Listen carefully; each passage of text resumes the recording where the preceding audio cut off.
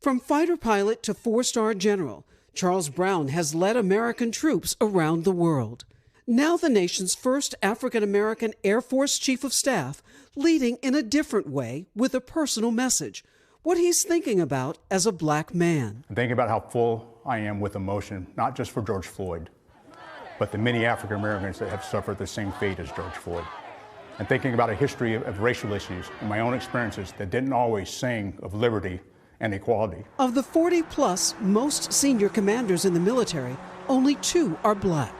I'm thinking about my Air Force career, where I was often the only African American in my squadron, or as a senior officer, the only African American in the room.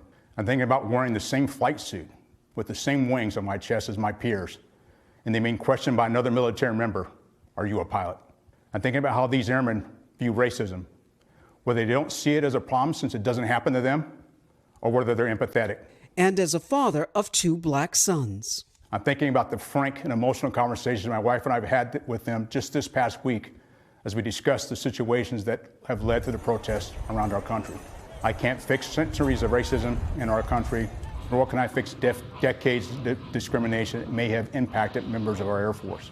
I want the wisdom and knowledge to lead, participate in, and listen to necessary conversations on racism, diversity, and inclusion. I want to hear what you're thinking about and how together we can make a difference. A military man opening up as a black man, hoping to be an inspiring leader for these times.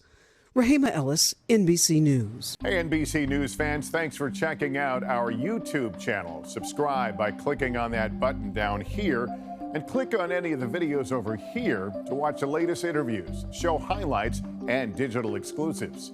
Thanks for watching.